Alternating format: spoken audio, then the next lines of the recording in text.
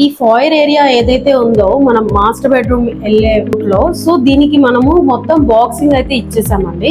Because హాల్లో living room and drawing room 2 divide చేసేసి అది డ్రాయింగ్ రూమ్ అండ్ క్రాకరీ దగ్గర వచ్చేసరికి మనము ఇక్కడ టీవీ యూనిట్ అయితే ఇచ్చాం కదా.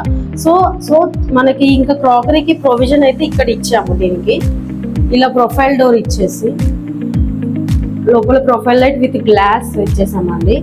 అండ్ నెక్స్ట్ ఇది వచ్చేసరికి స్టోరేజ్ ఇచ్చేసాము అండ్ 1 డ్రావర్ కూడా ప్రొవైడ్ చేసాము దీనికి.